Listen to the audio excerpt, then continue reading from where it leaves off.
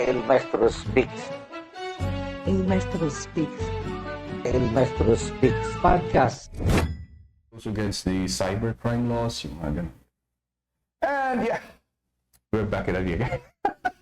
We're back at it again. So, ladies and gentlemen, we're now recording. And like what I said a while ago, na hindi nyo narinig, this podcast is now offering a back-to-back episode with queens. Last week we had the queen, Miss Binga 2024, Miss Lovely. And right now we have another queen. Her name is Nicole Shayne Fidchao. Alright, so Miss Binga Beautiful Philippines Tourism Yes, pa. 2025. And yeah, sa mga hindi sa mga nakikinig lang that does not have the video feed. Ayan. Wala akong masasabi. Okay? Magaganda naman lahat sila. Thank you. Ayan. Pero meron akong isang sasabihin. Pinakamaganda pa rin yung asawa ko. Ay, katun, Talaga po. Di ba? Ayun yan. Ganyan yan. Tama, dati plus point ko nung mag-awit. Siyempre, talungan ka tayo din ako. And from where is Ma'am Nicole? I'm from Tukukan, Bontoc Mountain Province. Tukukan, Bontoc Yes, Mountain Province. Pasample nga yung sabi natin kanina. Pasample ng greetings in Bontoc language. Kawisay Arko Tako Amin, Kakailian from Bontoc and from Mountain Province as a whole ay agyaman ng amin tiya suporya tayo iti napalabas nga pageant tayo nga Miss Beautiful Philippines 2025 kat ti maibagak lang itultuloy ko nga mang aram iti kabaulak ta matulungan tayo ti turismo iti ayat tayo nga montanyosa kat no mababalin mo i-extend ko kat lang ti tulong tayo ito'y kabinggetan kat ti danduma pay nga English dito'y Pilipinas. Oh, nice. Nice. Adik unay amo, sir, ay kalisi medyo nabayag. Nabayag. Been a long time since hindi pa ako umuwi actually. So, yeah. Pero you grew up in Bontoc? Yes po. So, sa school, pa-shoutout na lang natin yung mga anak. Shout out pala sa high school ko. I actually had my high school in Mountain Province Comprehensive, MPG, tama. Mountain Province General Comprehensive High School. And then sa college naman, MPSU siya ngayon. But noong sa amin pa is MPSPC, which is Mountain Province State Polytechnic College. Ayan.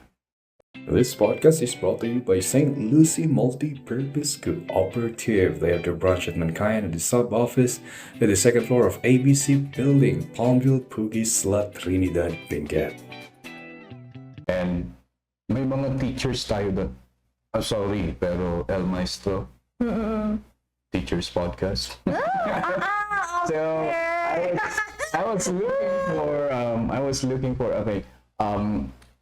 Not so much on pero yung sino yung mga parang most memorable na teacher natin ever since we stepped inside the school. In the high school, when I was in high school, the most memorable and valued teacher for me is actually Ma'am Glynis. Shout out sa iyo, Ma'am. I really appreciated her back then because she was so strict to the point that I was driven to focus. Strict. Yeah, she was so strict and I was like... So being strict is good for you? Yeah, it's really good for me because you cannot see any hint of favoritism sa side niya. It's always like, how will I push my students to go further just like me? Ganon siya. When I was in college din naman, big shout out kay Sir Mark Presto Lopez. He is actually my... Professor Lopez? Yeah, Professor Lopez is actually my, my inspiration why I got into teaching. I'm actually a teacher by profession. Yeah, the next thing that I'm going to ask is that. So I was reading some of the news that about you this morning. They told, I read that you were a graduate of education. Yes. Secondary education? Yes. In English? Yes. In English. Bakit lahat ng mga tao gustong mag-major ng English? Oh, well. Hindi ba pwedeng math? Oh, well, actually, I really love math. I really love math. But I don't like English. Yeah, and why did you take it? Well, you know what? If you know something, you're not going to learn it again eh. You have to learn things that you don't know. Okay. I really hate English kasi grammar, ay apo. Yeah. I always tell my students, actually, but back when I was a student, pinaka-hate ko din yung math. But now na ako nang tuturo, I would say, actually, pinakamadaling aralin ng math. Mala. Memorize the formula, and memorize your table of multiplication, memorize the formula, and wala ka ng problema. Mag-analyze ka lang and then solve the problem. Wala ka ng problema. Wala ka ng study. English, medyo Ang dami. paano, yeah. Because the way you spell the word sometimes is not the way how you're going to pronounce it. Actually, yes. For example, elementary. That's not elementary. Elementary, ganun Yeah, sila. But that's actually elementary. Elementary, guys. Elementary. Accordingly, when T comes after N, When N and T, and then together Same they, place, yeah. and then T. If it's not stressed, then drop the T. That's why it's elementary. Yeah. yeah. Ano ba yung nag-English na tayo? Yeah. Bakit ma? I'm sorry. You took education, Yes. and did you practice? No, that's why na may Brigatan Act. That's why it's really hard for me to talk in Ilocano and then Ifon talk because I grew up in a household where we speak in English. Ay, sos. Yes, that's why. Ugly. Oh, tita, anak ka maki-English. Yes, that's why. But when I learned yung English, yung English naman yung sa teaching, it's not all about how you speak in English, how you deliver the message and everything. It's about how you create a classroom environment that would entail them to learn the English literature as a whole, hindi yung language lang. Hindi namin natutunan, sir, yung yung pangalan nito, how you pronounce things, how you read them, phonology. We didn't learn that. Right. I learned that one when I was already working. Back in 2009, I was working in a Korean school. Yeah. Doon na ako natuto ng mga pronunciations and things. But back when we were in college, walang ganun. I just don't know sa mga majors ninyo. But then after graduation, were you able to practice your profession? Yes naman. For how long? So professional wise, after I graduated, I went sa LGU ng Bontoc as an information aid officer. I've been there for like 3 months, I think, and I was given the chance and opportunity na katulad mo, I came here sa Baguio City, teach in a international school that entails like a lot of students from different countries. Yes, Stayed here for Korean, 3 months. Yeah, 6 months, 1 year, ganun. Study English. So, yun. And then after that, due to family problems and such, I went back sa hometown ko sa Mountain Province and I taught dun sa All Saints Mission School. For high school na? Yes, for high school na. And then again, I want to pursue more. Yeah. Very private. Very private. Private, nani! Private school. And then I came back ulit dito sa Baguio to pursue a greater stage or like more opportunities to grow from. How long did you teach in that private school? 5 months. 5 months. I don't really see myself teaching na because of the mental health, depression, and everything. Sorry about that. Why did you choose education then? Back when you were choosing a career, why did you choose education? It was actually a passion and it was a calling. So you would really love to? Yeah, I really would love to pursue yung teaching profession to the point na after kong nag-graduate, I even went for Masters. Mate, yes, Masters of Arts in Teaching English. But then again, due to given circumstances, mga bagay-bagay sa buhay, hindi ko na natuloy. Yeah. And during the short stay that you had in that school, what do you think is, if you were going to compare the way the youth is learning, and then back when you were the student, ano yung parang nawala? Actually, it's the communication or it's the connection between the teacher and the student.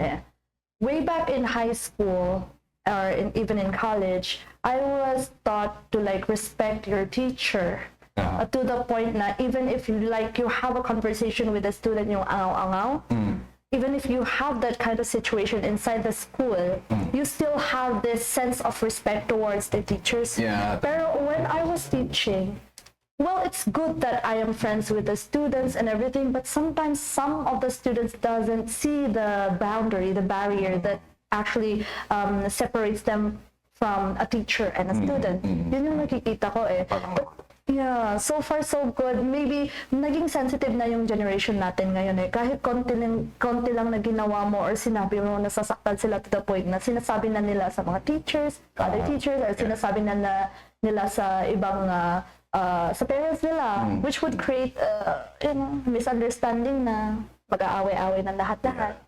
Oh, what I do because is I would there are teachers na talagang there should be a boundary.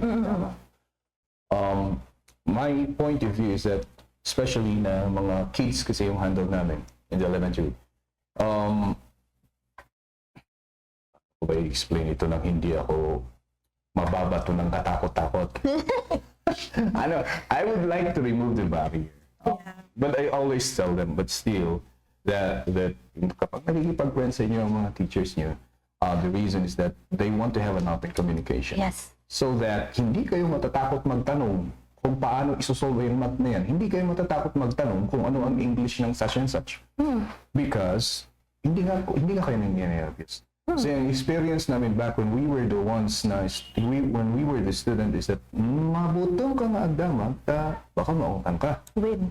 So, yun ang parang gusto ko namang tanggalin. Though, of course, in everything na we do, there is that meron kang makukuha and there's the giveaway. Yeah, meron kang merong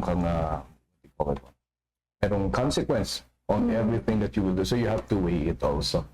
I always tell my students na, please, makiyang angawa ko na kayo, but then still, I am older than you. Teacher, yeah. Still have to give me that respect. Okay? If it's joke time, it's joke time. Pero pag nag-serious na tayo, serious na tayo. Yeah. I would like to break yung barrier na you can openly ask for help. Your son. Ganun sana. Especially going to the topic of if a child is parang may nararamdaman siya na hindi niya masabi sa kanyang mga magulang. Yun yung gusto ko that maybe somehow the teacher can help. Yeah, influences. Actually, I'm really glad then I got to teach doon sa All Saints Mission School because I am really in love with my students. Hindi yung in love ha. Yung love ko lang sila. Yung parang mga ading ko kami, mga little brothers and sisters ko because actually when I was there, I've been experiencing some horrible, family stuff like work stuff and something like that. And they are actually there to like support me and at the same time like go for it, mom, kaya mo yan, sikapay lang. And actually, they're the reason why I'm really, really good nung umalis ako doon sa school na yan. So in a way, parang naging healing sila. Yeah, naging healing talaga sila. Well, some of the students are disrespectful towards me, but then again, if you as a teacher, dapat alam mo kung paano mo sila, alam mo yun, paano mo sila i-balance and at the same time, paano mo lang kunin yung loob nila. And I was really grateful na nagawa ko yun because some of them are actually my friends now. Yeah. Ay, maminsan to pa, may takon kapi, ganun sila. So I was like, my God, halo ko niya yung mami. May mga ganun. It's very fulfilling in a way. But then, sana tumagal ka pa para from time to time at night, naiisip mo rin na itong iniisip namin. Yeah. Na kung marami yung natulungan namin, o natulungan natin sa teacher, ilan din kaya sa kanila yung may hinanakit sa akin na hanggang ngayon dala-dala nila na or sometimes na ilan din kaya sa kanila yung parang muntik ng or nagkaroon ng sakit ng loob dahil sa because we're human also as a teacher. Because dahil sa mga sinabi natin na hindi natin sinasabi. So from time to time I have that reflection Actually, good thing na wala eh. Wala sa akin eh. Kasi 5 months na ako 5 months, nag-stay yeah. doon. Yes, I stayed there for 5 months and so far so good. Wala naman. They always come to me and they say, Mom, we miss you, like this and like that. And I never, if I said something, I usually say sorry agad-agad and then I would say like, if you're in my situation, what would be your like reaction towards what I said, and every time na ginagawa ko doon, pumupunta sila sa office and they would like say, Mom, I'm really sorry for my actions earlier. Good thing na ginawa mo yan because actually, dahil sa ginawa mong yan, I know I am an effective teacher kung ganyan yung naging attitude nyo afterwards. So, dahil na kayo sa, ako na din student ay nang graduate at waling tan. Graduate namin. Umali din, Ma, uminom takot, adi, ay, ako na! Madi, ay, apo. Nakarutatang ka. Ang ko mo, all bar samot ka, tada tilay. Siguro, ang unay ka ka. Nagpadam naman makita. Madi, the teacher mi di, tapos na estudyante na digidi, kananda, ay, sus. Okay, naalala lang. That's why yun nga yung plano ko rin is to stop in the world of teaching after the 15th year of service. Wow. Kasi I started teaching back in 2010 or 11 hanggang ngayon. And those are the reflections that you have. Pag higa mo sa gabi and then iniisip mo yung mga bagay-bagay na sa sarili mo, you are thinking of, okay, kung meron kang mga na-inspire na bata, hindi lahat na-inspire eh. For sure, merong isa dyan. Ngayon na almost magti-10 years na ako in teaching. Ilan na kaya yung nasaktan? And I apologize to those people, right? Napag-uusapan ng teaching ni Ma'am Gami. Hindi, pero actually for me, I hated Ma'am Linus before then. But then again, when I grew up and then I started to learn the things that she was actually doing, it was for the benefit of us. So when I graduated, I actually thanked her. And I said na, Ma'am, what you did to me way back in high school, it's not negative naman. Pero, you know, being strict kasi is meron silang tendency to yung mga hurtful words.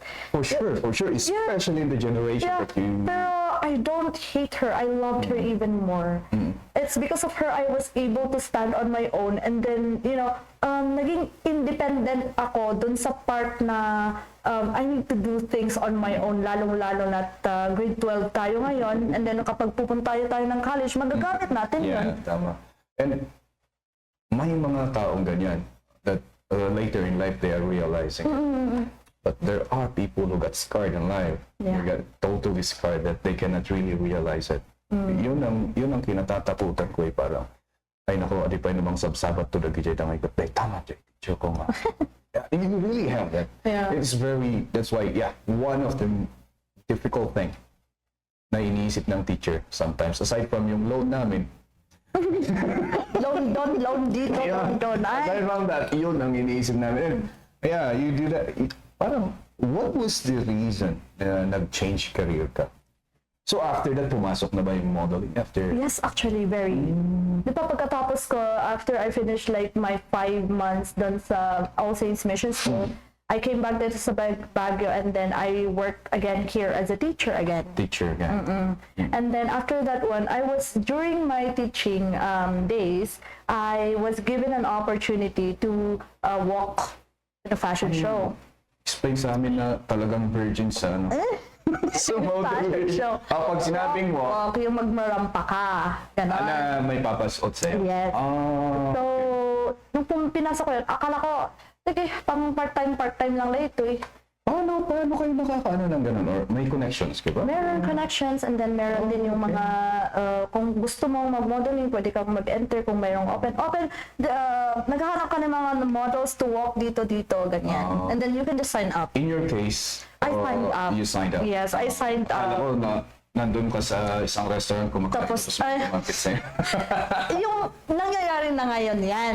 Pero nung really? una ko, wala pa. Wala pa. Oo. Pero noon, Ako wala yung pa pumasok ikaw yung sa pumasok. and that was Inable Resurgence for Flora and Fauna. Inable. Yeah, Inable Resurgence. It's an Igorot language, therefore, yung may-ari niyan is Igorot. Yes, Igorot. So, Ngayon ba, yung time na ganito is parang, kasi ilang generations ba ang distance natin? Parang, Ay, hindi. or magka-generation tayo. Hindi, mas nauna kami, 80s kami. 2000s kayo, you are the millennials. No, Generation Z. Generation Z. Yeah. Kayo yung nabuhay na meron ng cellphone. Kami nabuhay kami. Ay, kulak to pa yung nagkakipat. Oh, yun, may keypad na. Kami, wala pang cellphone. Data timaya. Ayan, apan kami pa lang naka-schedule titawagan ti long distance, si poblasyon, apan kami pa apan mikitan.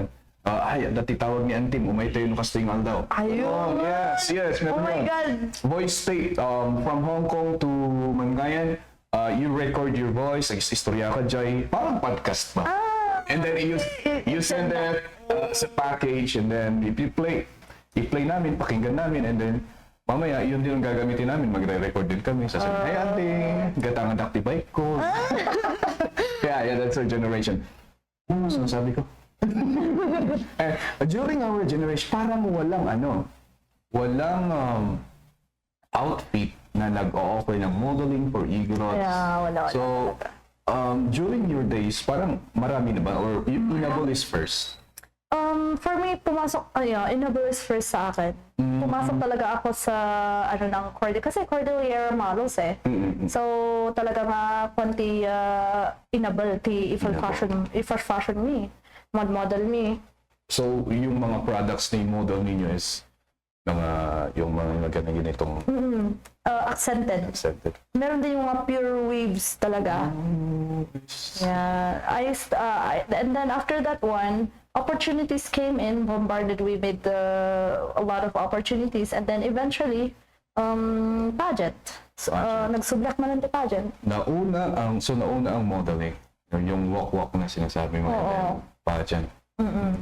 Pero if you're going to include yung timeline ko before, I'm actually a pageantista noon pa. I have titles as Miss Eco Universe 2018, and then I won also the Miss TED Teacher Education 2020 way back in high school and then in college respectively. But then again, I went in hiatus for 6 months kasi family, and then at the same time, mas inuna ko ang pag-aaral. 6 months? 6 years, sorry. 6 years, yeah. Yan. And then, kababalik ko lang, actually, nung August, nung Mr. and Miss Cordillera. So, talagang laman ka na ng pageant ever since you were young. Yeah. What, may nagturo sa'yo? Talagang hilig mo lang. Or ikaw, sali ka doon. Nagpangit ang edi. Nagpangit ang edi talaga. I'm really ugly. Like, siya nga hindi mabulbuli sa school because nagkutong tapos kailangan butok balat, tapos nagpangit ang plain lang. Ano, itsura ako din, dudoy. Paano mo ba i-describe ang pangit? Well, Igorot ko nagpangit ako edi. Sige, Igorot, nagpangit ako. And then, because of my gay friends, they dasudatin ang inspired. They inspired me and then continuously encouraged me to go for modeling and for pageantry. Kasi maganda ang katawan mo, you're tall and you're like this and like that. Kasi, okay, anong gagawin dyan? Which is parang hinahanap yung thin, ano? Yeah, yeah. And I was like, kasi pulak pa hindi eh. Pulak hindi. Ano, ititsura ako, enjoy, bumpy. But then again, isa ka nagpostiso. Hindi, at least nag-permanent. Team mo man yun? Tinubo. Isa ka nagpostiso pa, hindi, talagang may kisali at DJ pageant. And then, yeah, my gay friends actually big shout out kay Chesron Foxside because he was the one who actually inspired me and encouraged me to go for pageantries. And mabulbuli ako nga hindi talaga. So I don't have the confidence to go up on stage and then do that kasi I know for a fact na I'm ugly. What was the feeling of the first pageant? Yung dun sa first pageant na sumali? I just grasped the opportunity to put myself out there para to build the confidence because I'm not having that eh. And then, alam mo yun, ang daming tao sa classroom pero hindi ka kilala. Oh, okay. You're not seen eh. Parang ganon. And then, I had this sudden urge to like be seen. So, So you took hindi. parang yun ang opportunity. Yes, that was my opportunity to shine on stage. After that, ano yung feeling na parang did you feel na nandiyan na yung confidence kasi tapos na yung pageant? During the competition, yeah, there would be like a lot of anong gagawin natin dito? Oh my God, ganito na siya. Oh my God, mananalo ba tayo? Those are the things. And then confidence-wise, wala, nagpintas na dito kakadwa. Ngayon ko lang. But then again, after the pageant, and I was like, kasi gayam di ay. Parang nilalagay mo lagi yung sarili mo sa last. Yeah. I always put myself in the last part because I know for a fact na I won't win. Pero as it turns out, I did win. Yeah. So I was really thankful, and at the same time, hindi naman pagkatapos ng pageants meron ka ng confidence agad-agad eh. It's because of the people. After the pageant, nagmayat, the answer mo, nagmayat kay J-Stage, nagpintas ka gaya kasi that's the time na I built the confidence because people are actually saying it in front of my face. Yeah. Why? Because before, they always say like, ay, nagpahit ka, promise. Ganun sila sa akin before, pero after ng pageant, naiba na. So, Alex, joke lang garo diyan. Kung yan sinasabi sa mukha, kung yan ang mukha mo tapos sinasabing pangit ka, kanya nga tibagada kanya. Dati ka Mismanti Igorot, nabangit ka na gwapo. Nabangit ka na, in my case, I don't really. Hindi naman ako pang pageant and hindi naman ako so parang, kibber. After that 6 years, why stop for 6 years? If you can share that to us. Oh, well. Yeah. Of course, I pursued my studies. And I don't want things to go hayward with the studies because I owe my mom everything. I owe my family everything since I'm an orphan. Kaya I continued school and then work, and then after that, wala pa namang pumunta sa akin na opportunity for pageantry. That's why hindi ko na siya tinuloy. Parang that's your view is you finishing your study is a way of giving back to the parents. Yes. Which is tama sa mga kabataan. Huwag na nating pag-usapan yung discarded diploma. Yes. No. You finish your study as a way of giving back, and at the same time, yes, yung pag-finish din yung study, that is for you. Alam ng mga magulang yan na that is for you. That's gonna be your weapon in the future. Yeah, kasi kahit mawawala sila, at least kampante sila na meron kang mapupuntahan. Nung kala kayo kunyak na sadot. Kasi that's why my grandma actually always tell me na urihaan ka nga apan agtunod, urihaan ka nga apan ag-ani. Kasi agtunod is plant of rice. Yeah, planting of rice. And then day tagarot ti rason no apay nga inpaapan midda kayo ta eskwelaan ta ag-adal kayo nga ustutahan yung nga mararasan dagitoy mararanasan mitata. Well, though it's okay to have an experience with this one, pero we don't want this kind of life for you. Yun yung gustong-gusto ng palaging sinasabi sa akin na lola. And yun yung tumatak sa akin. And for me, I really have to give back to my mom because I owe her, like, particularly, most of my life, actually. That's why I really have to give back to her. Yeah. Kahit anong mangyari, kahit ano man yung mga downfalls ko before, I really have to give back. Yes, yun yung nasa isip ko nun. Yeah. So, yun, I finished my studies. Thankfully. At least, adangay, aubing nga kasta ti panunod na. Ang nga dyan, ginagawa akong investment. No. Wala sanang. I never. We should not think of that. We should not think that. Imagine yung hirap ng mga magulang nyo. Just think of that.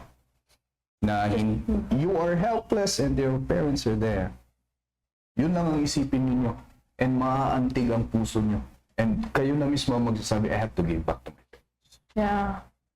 I always think of that. That's why I had to finish my studies. Kahit merong nangyaring hindi maganda sa buhay. Yeah. It's always, ang sabi nila is, it's not about the mistakes that you made in the past. It's about how you face the consequence of the mistake you made and how you go through life, like finish it. Yun ang importante. Actually, lahat naman tayo, walang perfectong tao eh. Walang perfectong tao, lahat tayo Yeah. nagkakamali. And then people change. Yeah. Whatever the like well, we tumble and we fall, at least we have to like have the courage to stand up and redo things, reflection, ganyan. Yeah, what matters is what you do after Yes, after that. exactly, as long as wag mong gagawin ulit yung mga ginawa mo before. For sure, gagawin ulit. Well, for me, I learned my lesson. There are people who are like that. For sure, gagawin nyo ulit. Ibig sabihin, hindi natuto. Yeah. And then, here's another opportunity for you to fix everything. So, tingnan ulit natin if you're going to fix it. Then if you are able to fix it, then well and good. Pero mas better if you're going to fall, but in a different perspective naman, Yeah. or it's a different Tama. lesson for you. Hindi yung, Because it means you are moving forward. yeah, you're actually learning and then you're getting out from what you're doing. Pero kung pero we have seen a lot.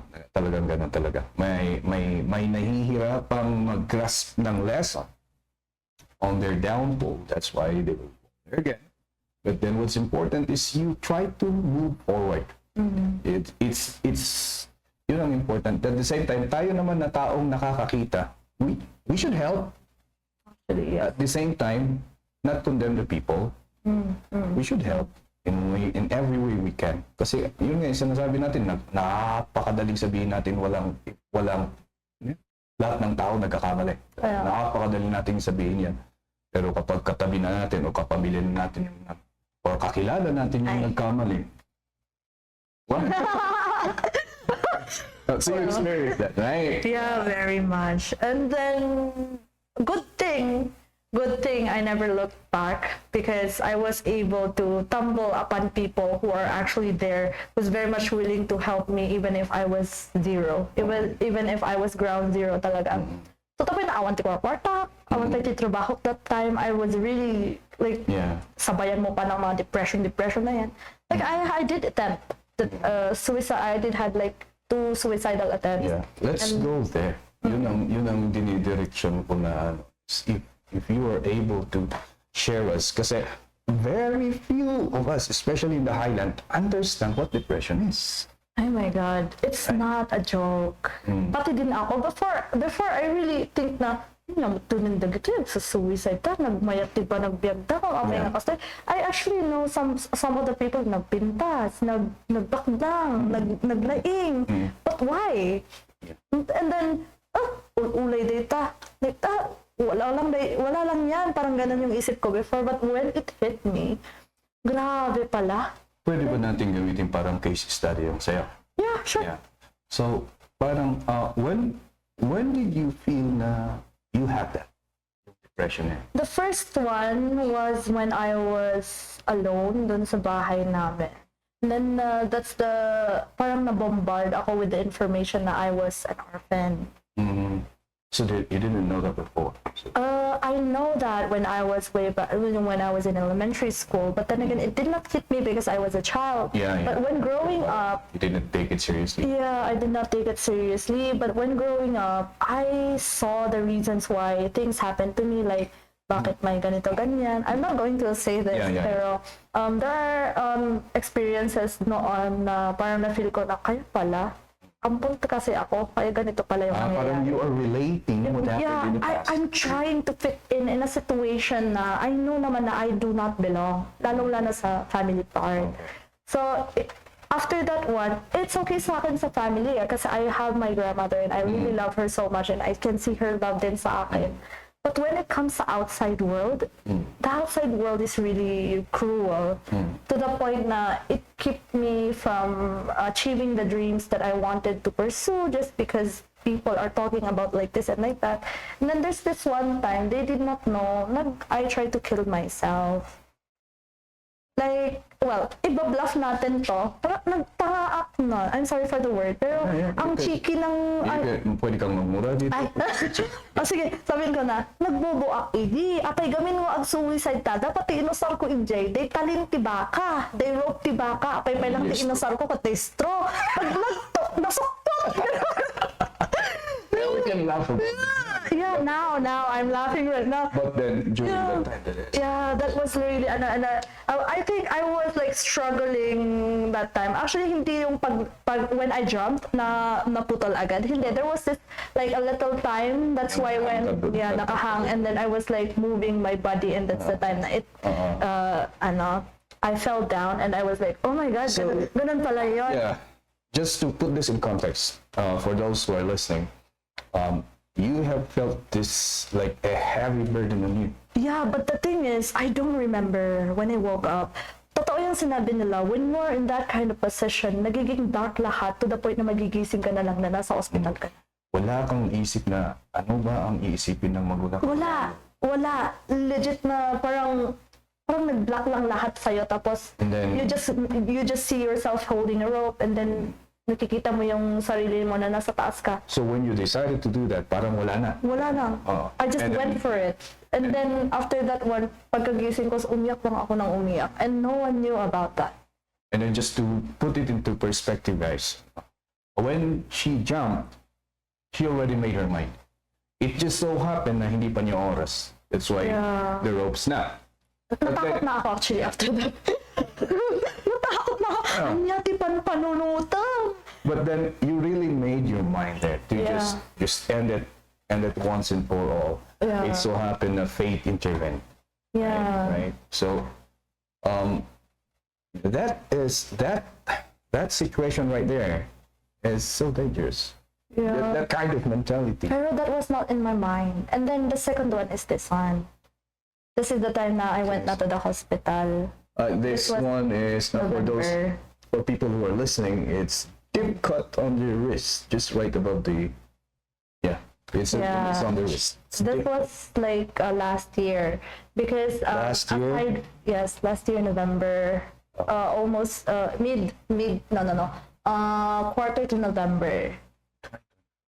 Yes, 2024. Because that Are time, you okay to talk about this? yeah, I am. Kasi I'm actually having like, it's okay people It's okay to it's okay to talk about these things. Kasi for me, I did not fully gone past it, but talking about it, knowing that people will be like, makukuha ang aral, may makukuha silang aral because of this experience, then if this will help a lot of people, then Yeah. I'm very much willing to talk about it. So yun, what happened there was, my family broke up. Yes, and then my relationship gone downward, and then I don't have anyone, and then my grandma died pa. That was the biggest blow. My grandma died, and then I was really alone. Well, katulad na lang sinabi ko kanina, I am an orphan, and I felt like si lola ko lang ang nakakaintindi sa akin. I don't see why. I don't get much of attachment sa mom ko. But is there a reality on that, or it's just your perspective? It's my perspective maybe, because walang nagsasabi sa akin yung side nila . I don't see much. Although after lahat ng nangyari, when I came back here sa Baguio City this year, ngayon ko lang na-realize what my mom had been doing to me all this time. This was for me to like be stronger, be independent, and learn to rely on myself and keep living. Kasi kung mawawala sila, sino naman ang mag-care sa akin? Yeah. People say I'm spoiled by my lola. That's why. But last year, I did not understand that . Yeah. I felt like I'm alone. Yeah. I'm really alone. Like, Yeah. even my friends turned against me. Well, kasalanan ko lang din naman. But then again, lahat ng mga nangyari sa akin before, kasalanan ko. I always think of that because, again, things doesn't happen bigla-bigla or walang dahilan kung bakit nangyayari ng mga bagay-bagay. Yeah. I lost everyone last year, as in 0 friends, 0 family. I felt that. I felt that. I received financial help eventually, but after that, kung pagbalik ko talaga dito sa Baguio, wala . And then buti na lang, I actually had the initiative, yung thought ko to like kill myself kasi wala na. Ito na nasa babang-baba na ako. How will I go back? Paano ako babalik sa taas? And then, andun ako sa boarding house ko doon sa Green Valley. And that's the time na I thought about ending it. And I think minutes have gone. That's why a lot of blood loss. Kaya nawalan ako ng malay. And good thing yung owner ng house is nakikita kasi yung room ko doon sa door na glass. Nakita niya doon na I was not moving. Yeah. And nai-rush ako sa hospital. No one knew about that because I don't have anyone talaga. And I'm really thankful sa kanya because she kept me there. She helped me. And then eventually, financially then, that's why I'm paying her back unti-unti. And then I finished off the debt na I had with her ng hospital bills and everything. This February 2025, I paid all of the debt noong February. So, akala nila nagtuturo ako dito sa Baguio, but actually I was in the hospital for 4 days. Yeah. Kasi hindi ako gumising ng 2.5 days. Hindi ako gumising. Do you have a memory of... Wala. Yun na nga, I don't have any... Kung hindi nila binideo, hindi ako maniniwala. When I woke up, I just stared blankly. They were talking to me pero walang response sa akin. I was just like staring. But then again, they continuously, and basta natulog lang, basta feeling ko natulog lang ako, tapos gumising ako, andun na ako sa hospital. Last year. Yeah, that was last year. Because I was trying to backtrack. Jomar, I don't know how you met Jomar. That was this year, January. That's year lang ba yan? Because he was trying to connect you to me, and I said, yeah, anytime. So we were at, there was actually a time. I think that's nearing the election that I was actually because my schedule for that week is vacant. I was planning on doing a solo podcast. I was telling him, how's your friend? Is she gonna be able to come? Because my schedule was vacant. So I was trying to backtrack, and then okay. I was trying to understand because sinabi niya is pag muna ngayon manong kasi. So I think that was the time. It's so fresh. Yeah, that was really fresh because I came back here sa Baguio and then I went back pa nga eh. I went back pa nga sa, no one knew about the story. And then, basta yung alam na lang nila is nag-absent ako and everything. And then I went back sa Bontoc to get all my things. And then eventually, I stayed here sa Baguio. I stayed here. I wanted to stay here forever. Well, I do have plans to go back to Bontoc, pero I think for vacations and everything, because every time I go back there, takot na yung nararamdaman ko doon. Takot because the people. Right now, not everyone from Bontoc are actually bad, but I'm more of afraid to talk to those people that I had a connection with last year because they were the ones who I still cannot go past through it because every time, well, I do actually TikTok live, but every time I do TikTok live, there are these people with no names and no followers, parang spam account. They come back and then tell me the things that I did last year, which is really triggering my anxiety. Actually, there's this one time na when I was teaching here sa Baguio City, hindi ako pumasok ng 2 araw. Why? It was not my intention, but my body doesn't want to wake up. Nung pinilit kong ilabas yung sarili ko sa house, I puked. Alam mo yun, yung parang may naghahag sa'yo to stop you from standing up. And then at the same time, parang kang nalulunod. You cannot really breathe. That's depression. Yeah. So I was like, oh my God, what's happening? And then I just kept crying and crying and crying. And yung mga kasama ko, hindi nila alam yung nangyayari because hindi ako pumasok ng 2 days. And buti na lang, pumunta sila dun sa bahay and then they helped me a lot with all the medication and such.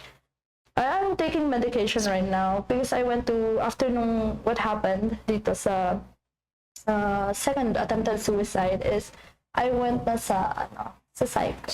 Yes. And who was the official diagnosis? Clinical depression. It was Okay. And then after that one, it became like an early stage of depression. And then from early stage of depression to clinical depression, which led me to have a medicinal intake of a quetiapine medicine. Quetiapine is an antipsychotic drug. Yeah. Just to picture this, ladies and gentlemen. That's what depression is. And what do you think if you opened up to people who you trust? Actually, I'm Mas na lesson pa, or that you would not think of ending it? well, the thing is, I don't have anyone that time. That's the reason why. I'm a really vocal person eh. Yeah. But I cannot be vocal with my family kasi they're not talking to me na. Sponsor time! Today's podcast is brought to you by Dems Auto Performance. Dems Auto Performance Shop offers automotive servicing.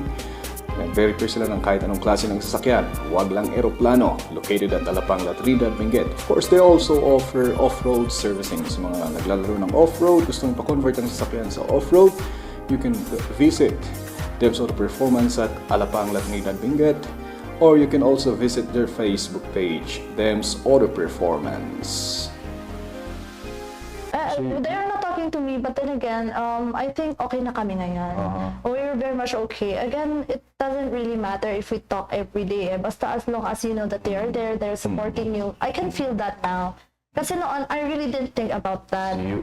Parang ano? Ang akala ko lang talaga mag-isa ako, yes. But then, when I woke up from realization, I actually realized that they're just doing this for me to understand the things about life. And then, kasi spoiled na ako eh. I was spoiled before, so I didn't know anything about life. So when I experienced the downfall, doon ko na na-realize na ginagawa pala talaga ni na mama to, ni na tita, for me. I like the way you do. There was this book I was reading before about the seven habits of the highly effective people. I think the rule number 1 is just focus on the things that you can control. And I was connecting that to one of the book that a Navy SEAL wrote, The Extreme Ownership, wherein if something goes bad, don't look at the people, look at yourself. What could you have done to make the things right? And I can see that that's what you're doing right now, and that's good. But I don't think you should do it all the time. You can also say really things really happen bad, and then trying to fix it. But not everything is your fault. It's not everything is your fault. Well, it's kind of part of the coping mechanism. I'm trying to like cope up with the situation for me to fully understand what really happened. But then again, it's okay. I know that ngayon naman, I gone past that and I'm happy na. But you're having medication now, right? Yeah, I am, and I'm surrounded with really, really great people. Katulad nga ni Kuya Jomar. Yeah, shout out to Apo, Ading Joe. Ading Joe, si Kuya Jomar and then si Kuya Kurt Santiago and Ate Joyal. I'm surrounded with these people. That's why I'm really happy na even if I cannot give back agad-agad, is they're very much willing to help. That's why I let go. I cut people off talaga if they are not if they don't benefit me in any way na mentally, physically, hindi financial hindi financial, pero yung parang friends mo or something like that. Kasi yung mga tao ngayon, it's really hard for me to be friends with people who would actually value me Kasi yung mga bata ngayon is they just want chismis. Yeah. For me, I want those friends who can actually advise me for greater things, life, advice, updates, maganyan. They're actually all kuya, ate yung mga friends ko ngayon, and I choose to go with that. You know this song, the older you get, the older you get, the fewer friends you have. Oh, okay. Right? But those few friends are real. Yeah. Friends are, and it's better to have that than to have a million friends. Actually, sa age ko, Iisa lang, yung best friend ko, si Zairi lang. Oh, shout out to who? Zairi Alcid. She's my best friend. She's the only best friend I have. She knows everything about me, even my hidden, darkest, deepest secret. Yeah, she knows everything about me. Talk to Sari a lot. Yeah. Talk to Sari. Please. Yeah. Wala naman na ngayon because The thing I can share, I think I shared it, I don't even know, but I shared it actually to Lovely last week. Off the air. I also thought of doing that actually. I was on the verge of doing it when they called me. That was on November 24, 2021, when my daughter, my firstborn, was born. My first child was born, and she and her mother were in a very critical condition. It was 2021, so everything was locked down. Mahirap po mas sa hospital and everything. And then medyo, the thing is, they are, sabi nila, my baby is nasa NICU. Observation ka no, kulang yung oxygen. My wife is andun din at their operation. Lumabas ako. Sorry. I am going to say this sa mga hindi nakakalap. Lumabas ako para manigarilyo. So, I was actually, nakaubos ako ng 1 pack during that time. And then, nandun ako sa BGH, diba? Pababa, Kenang Road. I was looking at the track, and no mapandan angay ko. Diyan, yapay nga tiga po nangay. Because November, doon din namatay ang tatay ko of COVID. Pandan angay ko, kanya nga iti rami ng tangay. Kasasaot, diba actually. Kanya nga rami ng tangay. Mapandan mo ito na. Mapandan. Kasi under observation pa eh. So yung nasa isip ko, baka umalis na sila, baka. yeah, negative things. Yeah, so I was actually looking at yung mga mabilis na sasakyan. Dito nga ta. No, dito iti magpabangga ako. Diretso nga ta. When agsak ko. That was the thought that I already have. And I was about to do it. Then may nag-message na, oh my God. So I went back. Then, yeah, that was actually a close attempt. And that was the only time I ever thought of doing that. Because of my 2 babies. So, ayun na. Ito at ito.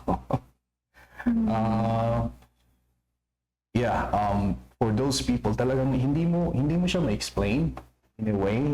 You cannot explain kung bakit mo maiisip yan. Yeah, you just go for it without Bakit even mo thinking. maiisip yan. And just yun. If you're feeling something, just find someone to talk to. Find someone to talk to. Yan.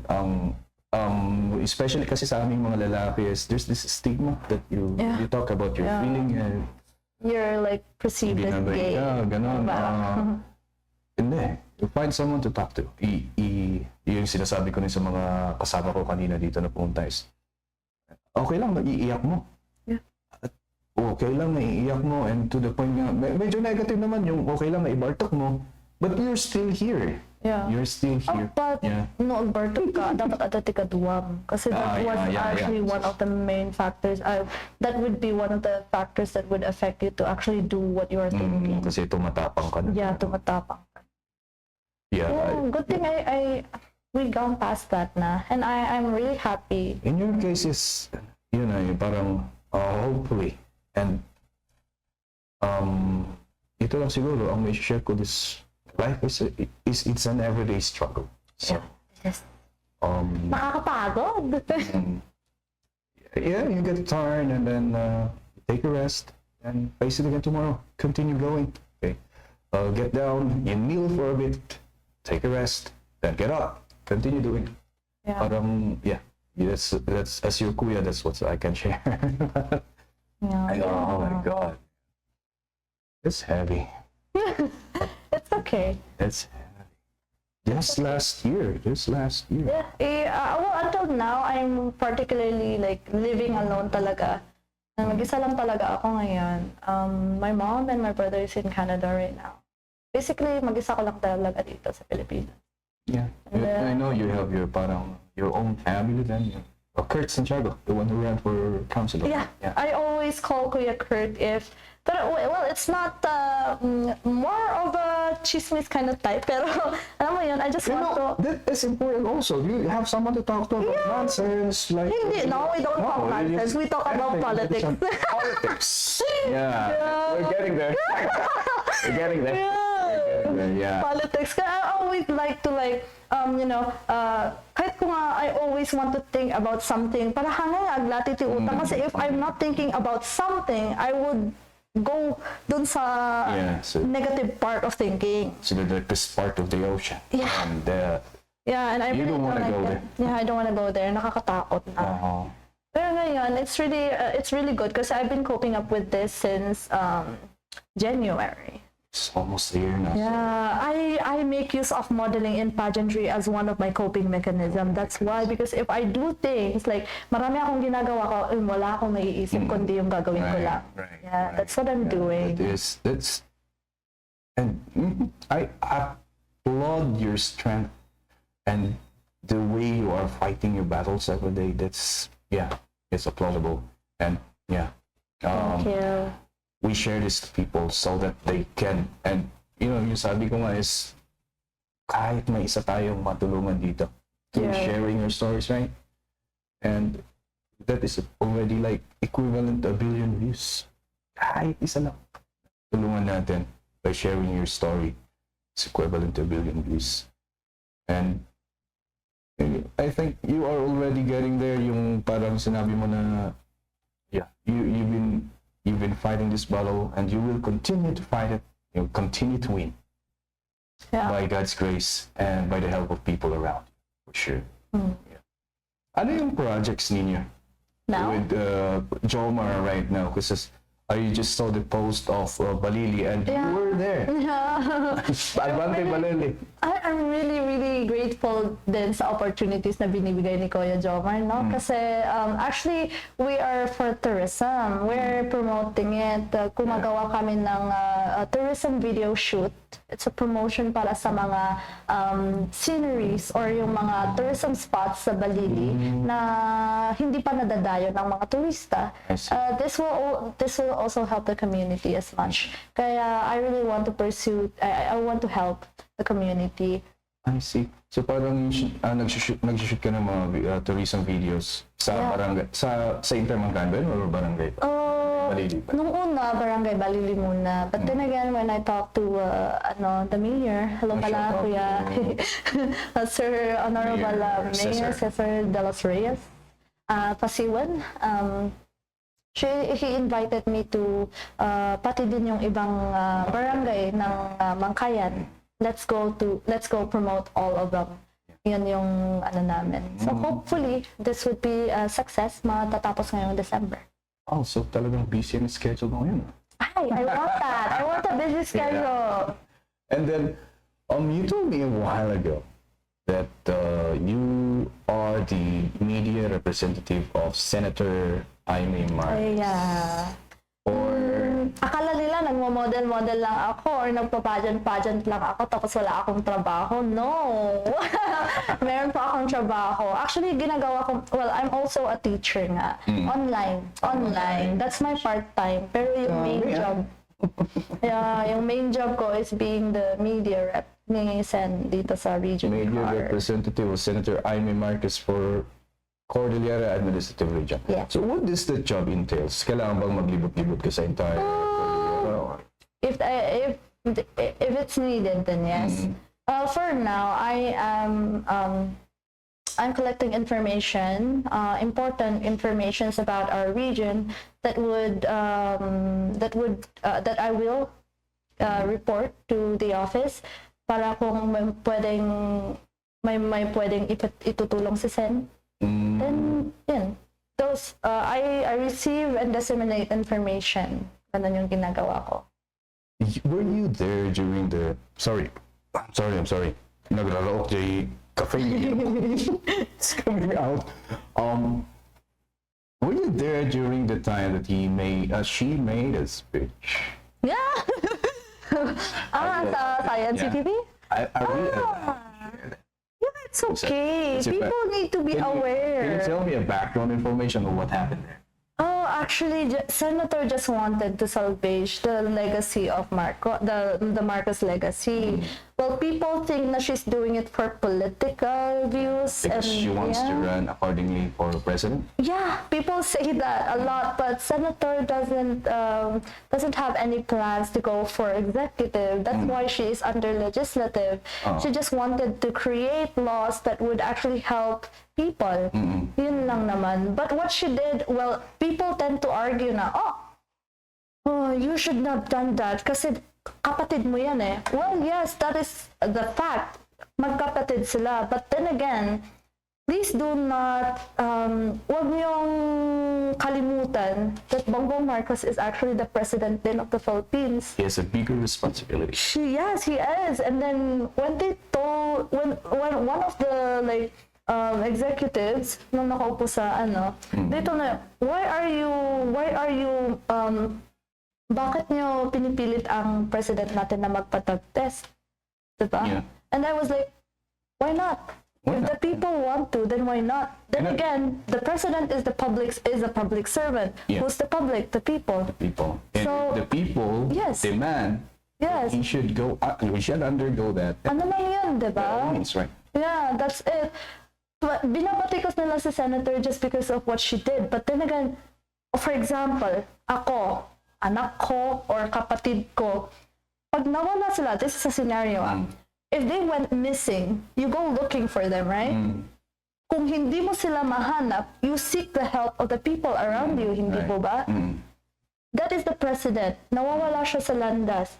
Then, would it be better na since hindi ma-reach ni Sen ang kanyang kapatid, would it be better for Sen to ask help from the people? What do you mean hindi niya ma-reach? Can she not just get it? Well, according to her speech, diba, there was like this 3 years na silang hindi magka-usap. So, Yeah, so she cannot go to Malacanang. literally. Yes.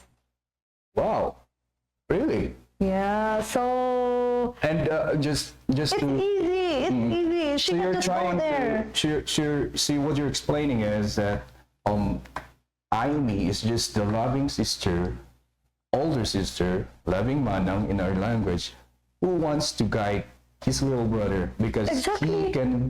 she can see that her little brother is getting lost. Katulad nga ng sinabi niya, agawid tan, ading ko. In tan, ading ko. It's not agawid kan. It's in tan, agawid tan. She did not even say na i-disregard kita as a brother. No. She just wanted to say, come home with me. I will still help you. Whatever happens, I will still help you. I will still be your manang. That's part of the speech. And people tend to be selective listeners kasi. Kung ano lang yung nakikita nila, yung ano yung pwede nilang makriticize, dun sila nakatutok. Oh no, or people tend to bend. Yeah. like do you know that senator who said that you can bend the law? Yeah. So I was like, I apo dito. Oh, well, I know. Oh, well, people would say, oh, bias ka kasi you're underside. But no, oh my God. Believe me or not, I was never into politics before. How were you able to have Yeah, that one. I was actually, thank you din kay Mami Rain Curiao. I was able to get this. I was looking for a job after Rain ng Curiao pageant. is the son of Ma'am Angie Bagtong. Oh, yes po. Ah, okay. Yeah, so I was like, after the pageant for Mr. and Miss Cordillera, I was actually going to look for a job because I don't have a job after, diba? I don't have a job na that time, and I was like, okay, ano kaya pwedeng maano sa akin after this pageant? And then that's the time I met him, and then she gave me the opportunity being a media. I'm actually not against or in sport with anyone sa politics before everything happened, but then again, I saw what is really happening sa office and what she's doing right now to help the Filipino people, and then people in the Philippines are actually criticizing her for what she did. How kayo mga agpasalamat that she actually anytime kat makamapatutugan siya on that stand, right? She just risked her life to like tell the people that this is what really is happening right now and we need your help. One information there that I was actually trying to, because I don't know if it's a PR campaign or not, but is there some truth with what she said that that one? Is there some truth? Well, I cannot answer that like But- meron or hindi. But the only thing na to prove that he might be or might not be a drug addict is drug test. the drug test, which is nakakapagtaka. It's just a Until now. follicle test. You can just do that. If you're not guilty, then just do it. Wala mawawala, just do it. Yeah. Yun lang naman. Yeah. What do you admire about your boss?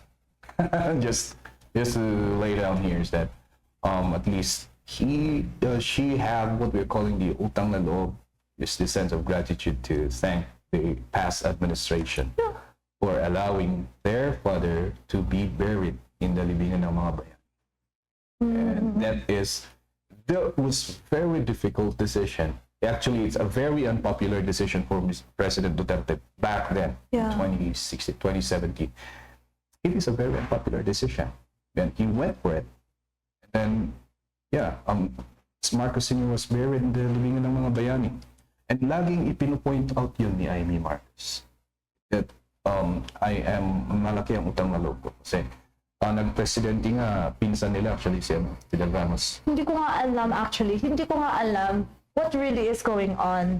So, wala akong, I'm not really politically inclined Yeah. before.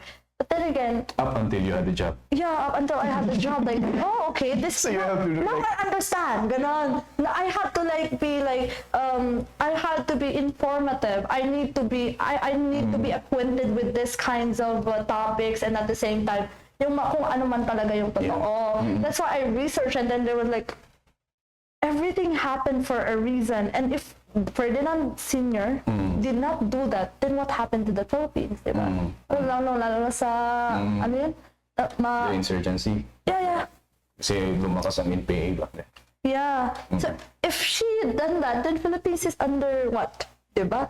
So, people, yung sa atin kasi, diba, we had the book before, like, Dictador. That's the ano ni Piman eh. That's the description of Ferdinand Marcos before, senior.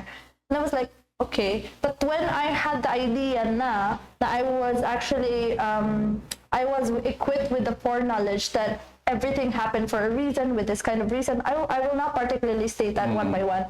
There is a reason behind pala, and that was for the Philippines. Now, you see the thriving part of the Philippines, well, except ngayon, kasi corruption na ang, matinding corruption na naman ang usapan dito. But then again, yun na nga. Anyways, what Sen did was actually just to salvage the legacy of Marcos Sr., the father. The name Marcos. Yeah. Then again, the father is not the son, and the son is not the father kasi. So, ayun. Bahala kayo kung ano yung mga paniniwalaan nyo, but isa lang yung masasabi ko, time is the ultimate truth teller. Kahit naman anong sasabihin natin dito, sir, is kung ano nang naisip or ano yung mga pamati na ginitang tao, whatever belief they already had is, yun pa rin yung isipin nila. But that's mine. It's still saw it. on the, and like what I said, I admire the ate for doing that. Meron siyang, yun nga sinasabi. She is actually the vision, I think, nakikita ko, she's really trying to, nandito na tayo, I think I saw this in one interview. We were given the opportunity to parang repair or salvage our father's legacy. And that's what she is doing actually. Yeah. Yung sinasabi mo kanina is that she was not able to parang kasi parang the president was being guarded and she cannot talk to him personally. And parang yung mga ibang tao na nandun sa other branch of the government is parang took the opportunity to magpayaman. Yeah. Ba? But actually, if you're attacking senator for the mayaman thing, oh no. Kung alam nyo lang the pera is allotted for the Filipinos. Isa pa, can't you see the Ikes? That's her program. The cash forward. Thanks. Yeah. It was supported by her lahat. So, Yes. People can you please stop? Ay, ako piman dagito. But then again, I really admire Senator for this one. Isa lang din ang ano ko sa mga legislators natin. Can we stop the dole-outs? The dole-outs. Yung mga AX, yung mga ganyan. 4Ps, I saw the effectivity of 4Ps as long as you implement it properly. But yung dole-outs na yung mga AKAP, yung mga whatever that, parang yung mga middle class natin sa Pilipinas, sila yung nagbabayad ng tax. Tapos na ibibigay sa baba. Pero nakalimutan ng mga legislators na bigyan naman ng benefits yung mga middle class. Na nagbabayad ng buwis, nagtatrabaho, nagbabayad ng buwis. Sila yung parang nakakalimutan. That is how I see this, what's happening right here, right now.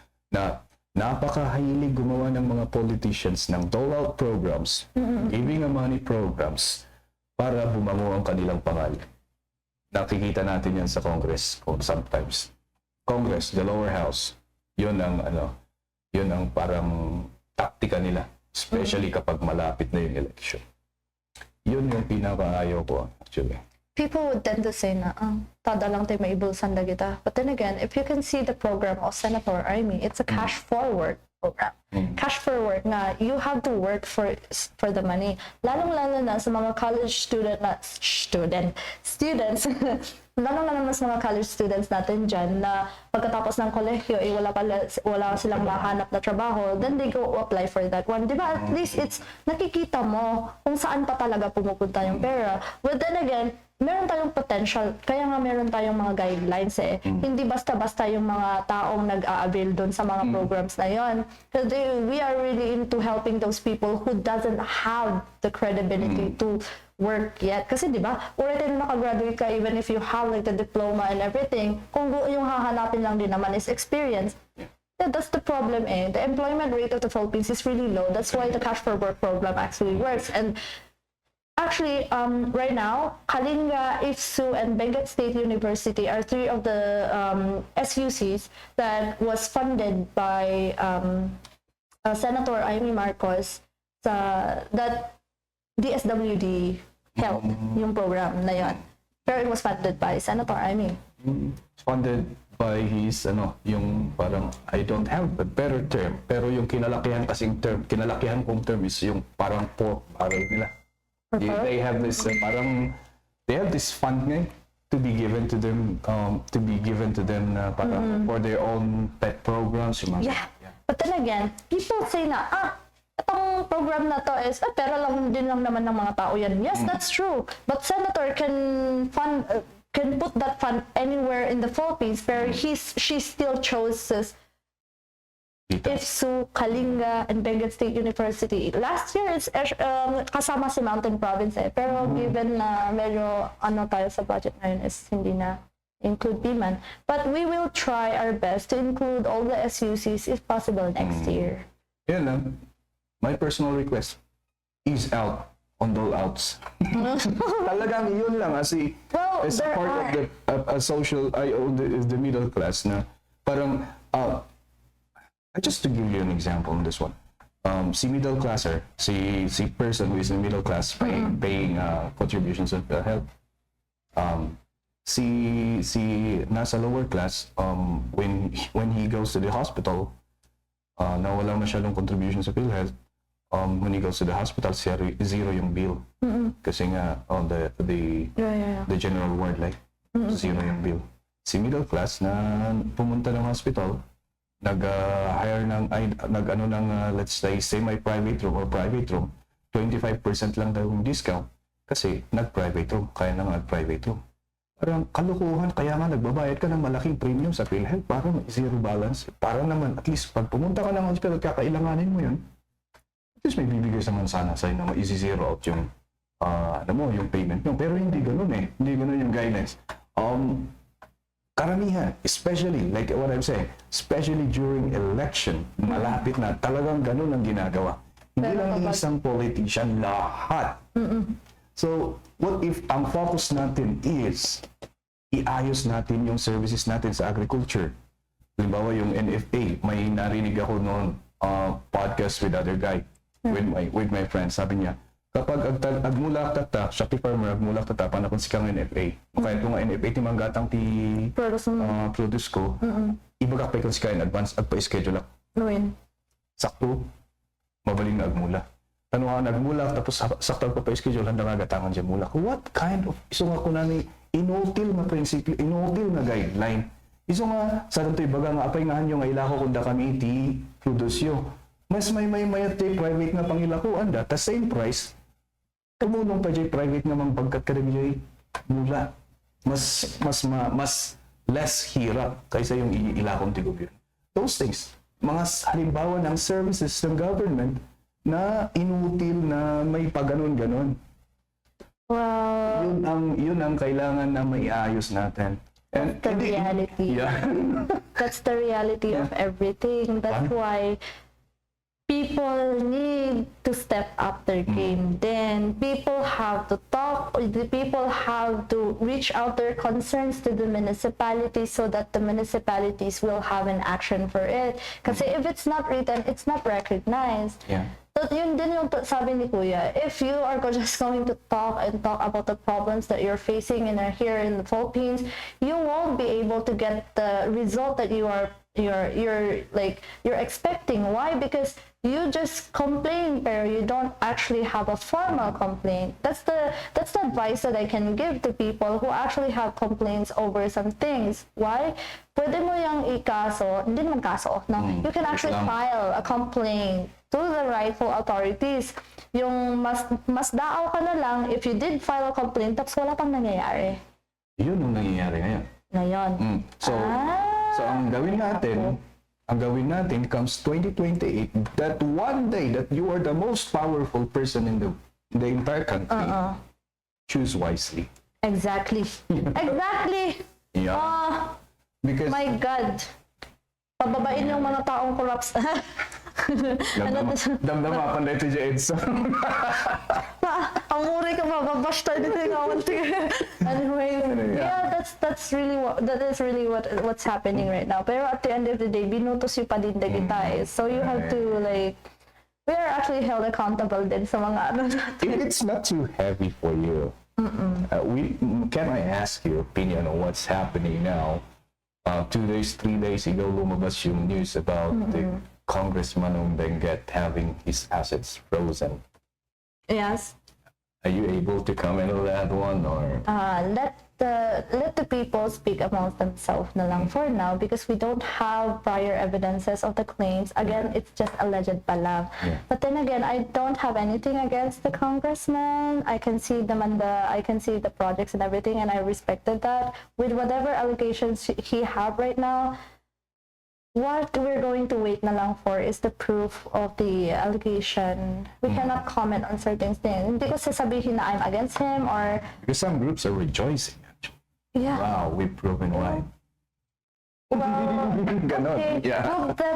prove muna before we make comments. Right. Kasi it's parang you cannot judge really the book by its cover, by what the people are just saying. You have to read it thoroughly so that you can understand what is really happening beyond it. Yeah. So for now, I'm gonna keep my mouth shut.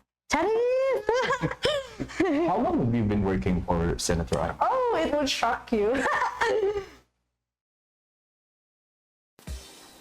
This podcast is sponsored by Monoflore's Egg Poultry. So Monoflore's Egg Poultry sells fresh eggs, and they are available in the locality of Mankayan. Of course, you can check them out by checking their Facebook page, Monoflore's Egg Poultry. Check them out right now. 4 months? Yeah, within 4 months, I actually am equipped with the foreknowledge that would entail me to talk right now about this one. What was it that you liked about her? I really love her personality. Legit. Pero baklang babae. Para din akong baklang babae. So like, she's really a nice person. People tend to misjudge her just because she's a politician, but she's just parang siyang lola. Kasi my age is 25. Parang ko siyang lola. She's just really caring. And then at the same time, parang siya manang talaga. She's really a manang. She look out for people, even if man, like in the sense that she's caring. yeah, when she's really caring and at the same time a very responsible and intelligent woman. Baka ang muray ka umay dito yung Baguio and then he would like have a quiz been asked about anything. She really knows everything about the Cordilleras and ako hindi pa masyado. Hindi pa masyado, pero Well, I have one request for you. Take her here. We'll talk. I want to talk to her. let's see. Yeah. If she has like much free time. Pero ngayon kasi ang daming nangyayari sa Philippines considering yung mga korap-korap natin dyan. Yeah. Where do you think would that go? Kasi my take on this one, once na napirmahan yung GAA 2026, all of this will go away. And there might be some people who will be indicted, but those who does not have connections.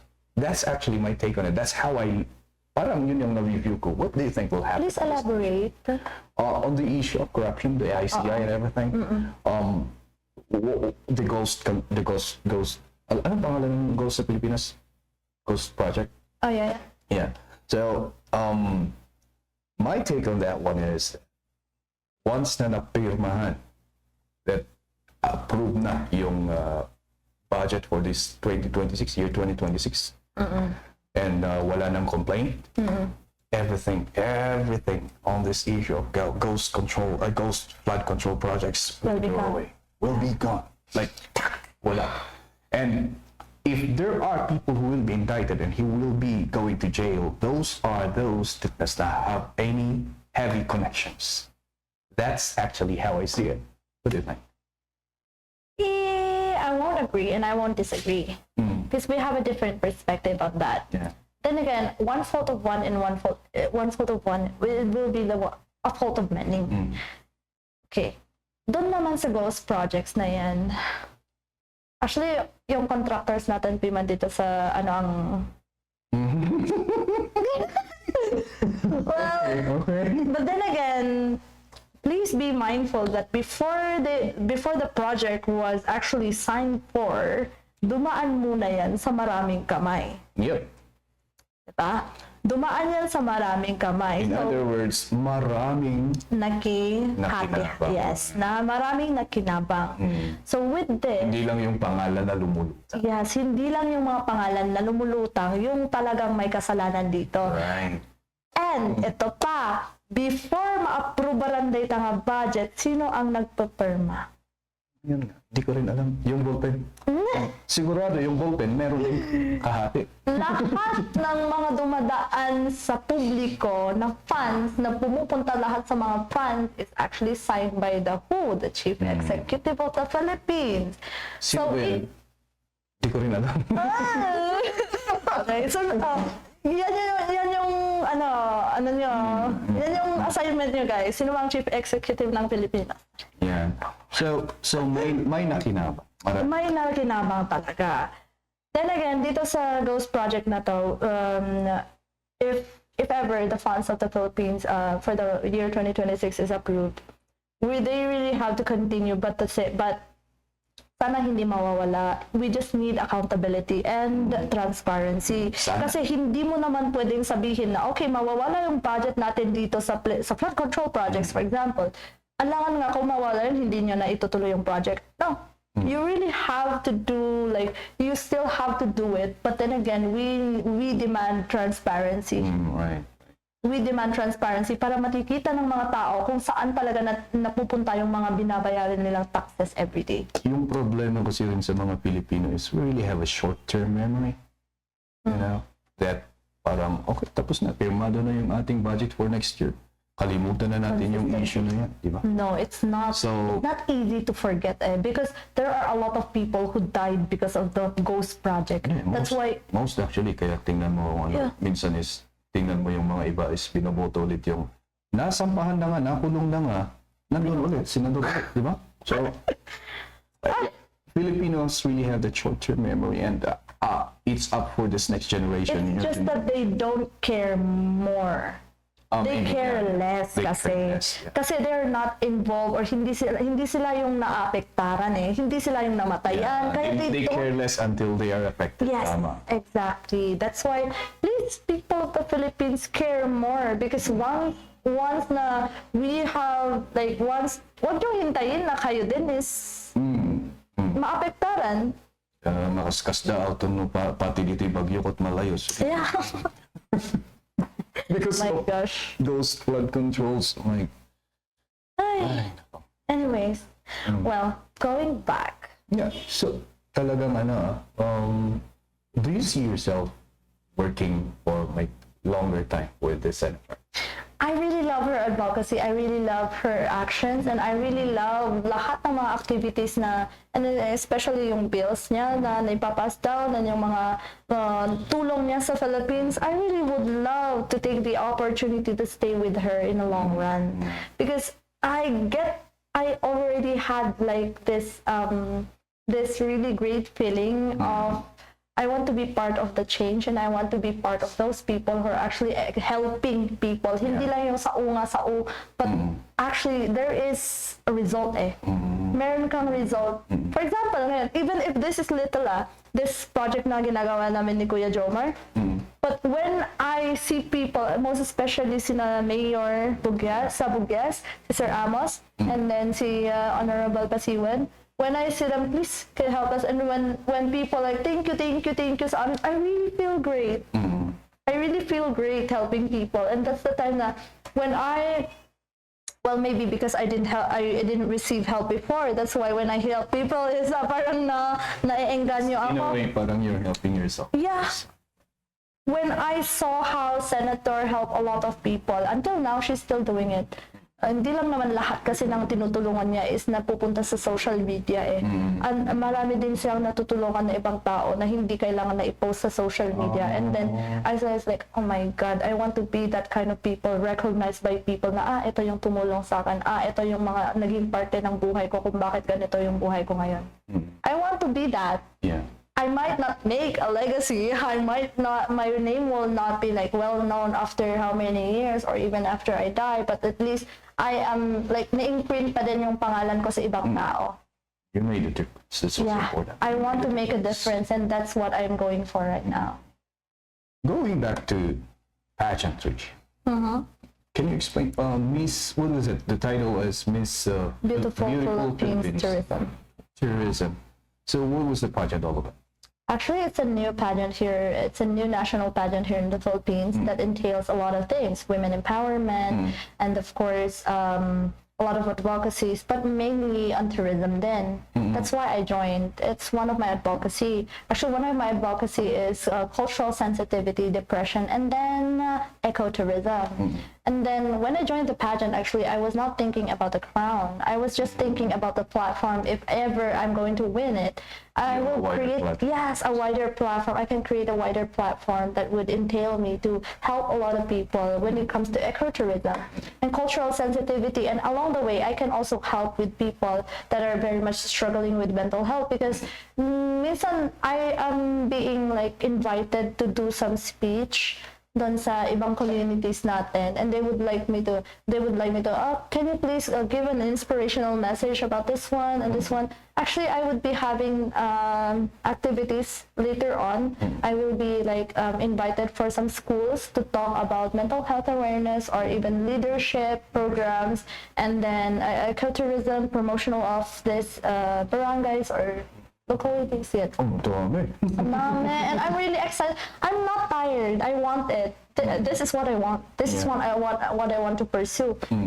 That's why I'm really going to push through this until kung malaos na tayo, if ever.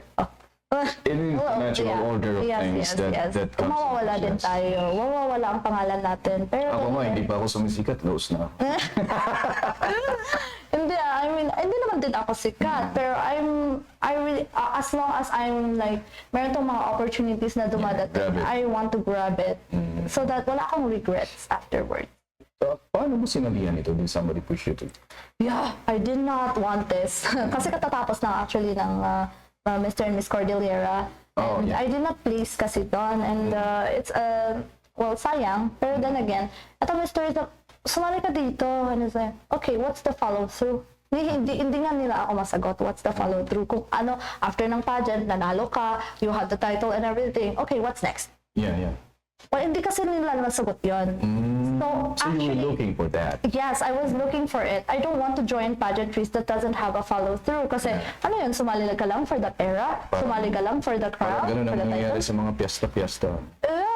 So, for me naman, I won't risk my name on a stage wherein Parang chugin. after that, wala na. Yeah, I want to do something. So, nung sinabi nila na, yun, wala pa silang sinasabi, hindi talaga ako nagre-reply. And then, as I remember it correctly, 2 weeks again before, 2 weeks again the said event, sinabi nila na, yung follow-through natin dito, the cash prize na, hindi, yung mga na ma-collect natin during this event will go to certain charities. Okay, give me the list of these charities. And then they gave me.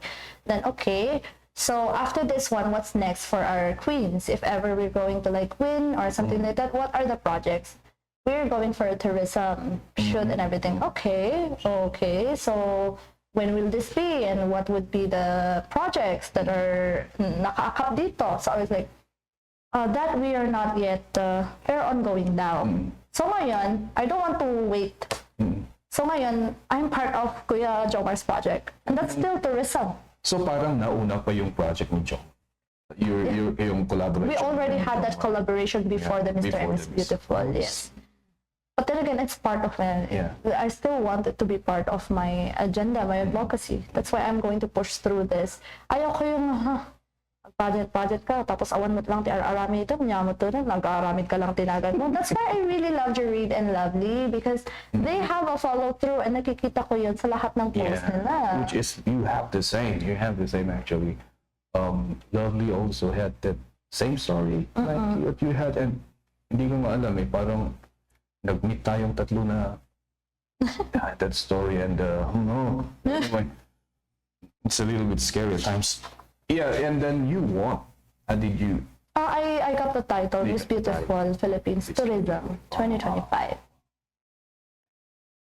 After that, ano ang parang susunod na plano? This plano, if ever given the chance that I would be like representing again Mountain Province for a national stage again, then I would like love to do it, because if I'm going to expand my pageantry journey, I would be recognized more, and then people from a lot of people from different cities or municipalities, not even here in lang sa Cordillera, but outside Cordillera also, it might give me the opportunity to talk more and expand my horizon, hindi lang sa Cordilleras, but outside So pa. really looking for a big stage to Yeah. talk about your advocacy. Yes. Yeah. But then again, if given the chance, tayo amo no anya ti mabalin nga itod ni Apo Diyos para kanya tayo, no adaman ti itod na I would love to grab it while I'm still alive. Yeah. People think na I'm really, really old kasi hindi nila alam yung age ko because of the way I How talk. old are you na ba? Yeah, to tell people. Oh my God. I am 25. 25. Yes, I'm 25, and people think, talaga ba? Parang akong 36 magsalita.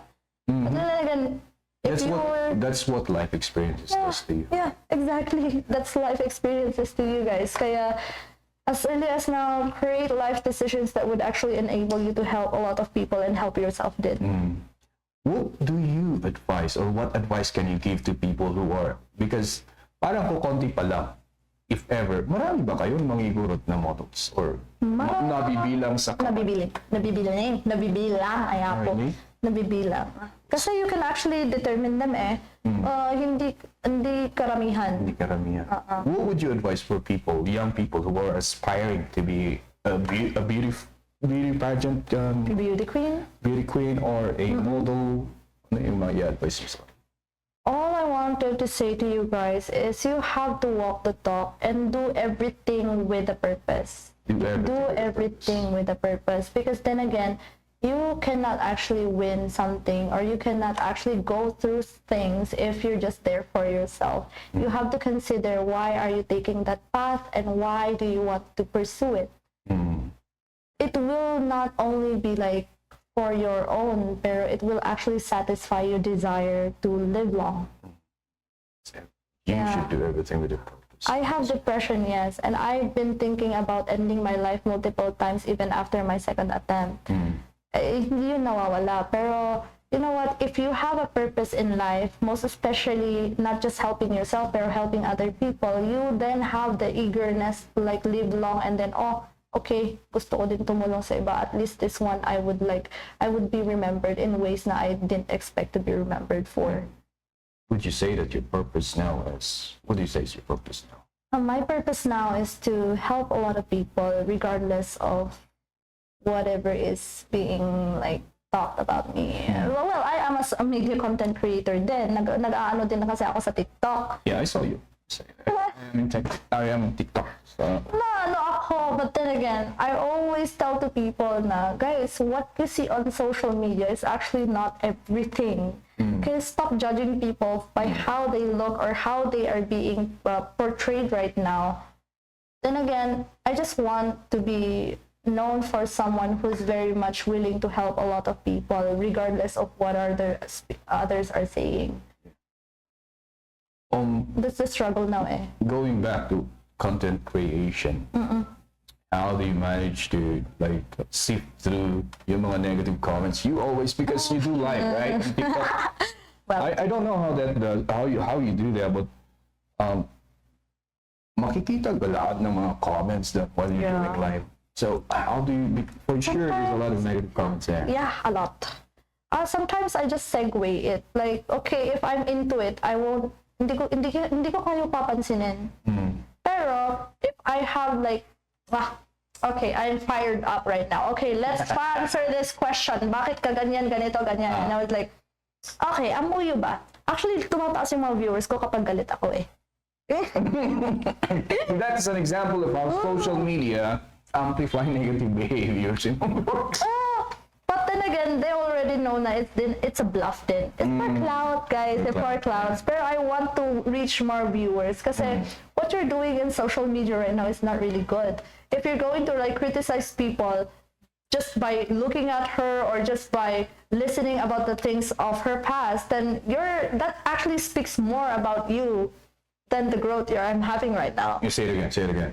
Yeah, that's actually right. Yeah. The more you... Parang if you're basing your judgment on a person, based on how your encounter with her or with him in the past. Yeah, it's about how you encounter the chismes you receive from other people about her without actually knowing her. Only talks about more about you. Yeah, it talks more about you rather than the person you're talking about. Like, you cannot see the growth eh. It talks more about your growth than mine. Parang negatively. Nakalimutan mo na people change. Yeah, people change, guys. That's the one constant thing here in the world na dapat alamin nyo na not everyone is going to pursue yung mga naririnig nyo before. They will eventually change and, well, sa akin, good news, guys. It's for the better. Yeah, even my mom sees that right now. That's why kampante sila ng very, very slight because I'm changing. Nakikita na ng social media yung buong pagkatao ko. And I hope you see that. Being in the modeling world, that you're one of those na nako-consider na the standard of the word beauty. For sure, may mga indecent messages and for sure, because you're in the politics world, may mga indecent proposals na rin.